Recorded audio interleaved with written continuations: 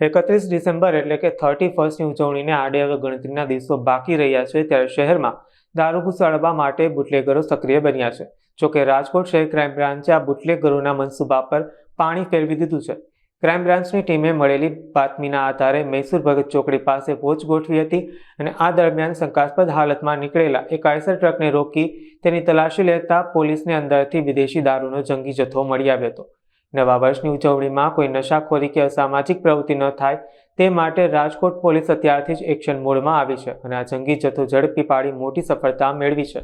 રાજકોટ શહેર police commissioner Shri Brajeshkumar Jha sir, અધિક police commissioner Shri Mahendra Bagadia sir તથા DCP crime Jagdish Bhangarva sir દ્વારા આગામી 31મી ડિસેમ્બરના અનુસંધાને પ્રોહિબિશનના વધુમાં વધુ કેસો શોધી કાઢવાના સૂચન કરેલા હોય, જે અનુસંધાને ગત તારીખ 18/12/2025ના રોજ રાજકોટ શહેર crime branch PI MR Gondaliya, PI Damor તથા પીઆઈ જાદવની રાબરી હેઠળ રાજકોટ શહેર ક્રાઇમ બ્રાન્ચ પીએસઆઈ વનરાજસિંહ ડોડિયાની ટીમને એક ગુપ્ત બાતમી મળેલી હતી કે એક દારૂ ભરેલો આઈસર માધાપર ચોકડી પાસે આવવાનો છે.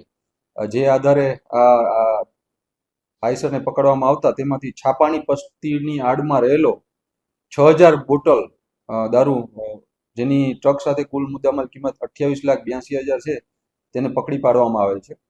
હાલ આ ગુનામાં 2 આરોપી પકડાયેલ છે, જેના નામ છે ધર્મેન્દ્રભાઈ ગોપાલભાઈ ઠાકોર અને બીજો છે મોહનભાઈ હરજાજી ભીલ. એમાંથી એક ડ્રાઈવર છે અને બીજો ક્લીનર છે. જ્યારે ઉપરાંત 2 આરોપીઓને પકડવાના બાકી છે, કે જેનું નામ છે વિશાલસિંહ સુનિલસિંહ રાજપૂત, કે જે દારૂ ભરેલ આઈસર ટ્રક આપનાર છે, જે ઉપર ધર્મેન્દ્રભાઈ ગોપાલભાઈ ઠાકોરને ચોટીલાથી આ માણસે એને ટ્રક આપેલો હતો. અને આ માણસ વિશાલસિંહ સુનિલસિંહ રાજપૂત વિરુદ્ધ અગાઉ ડીસીબીમાં એક ગુનો દાખલ છે. અને બીજો રાજકોટનો છે કેતન રાઠોડ, કે જે માલ મંગાવનાર છે, તેના વિરુદ્ધ અગાઉ રાજકોટ શહેર, રાજકોટ ગ્રામ્ય, અમદાવાદ શહેર, સુરેન્દ્રનગર, આણંદ અને નવસારીમાં ટોટલ 11 ગુના પ્રોહિબિશન લગત ગુનાઓ દાખલ છે.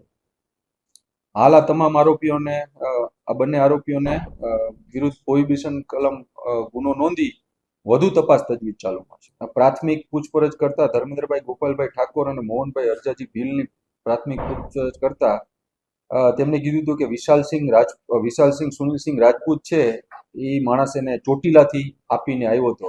હવે જ્યારે આપણે વિશાલસિંહ ને પકડશું ત્યારે આમાંથી વધુ તપાસ તજવીજમાં ખબર પડશે. એ પણ એને આવી રીતે રાજકોટમાં જ આપવાનો હતો, કેતન રાઠોડ. 31 ડિસેમ્બર મેં અગાઉ કીધું એમ કે police commissioner Shri Brijeshkumar Jha sir, additional CP Shri Mahendra Bagadia sir તથા ડીસીપી ક્રાઇમ જગદીશ ભાંગરવા સરે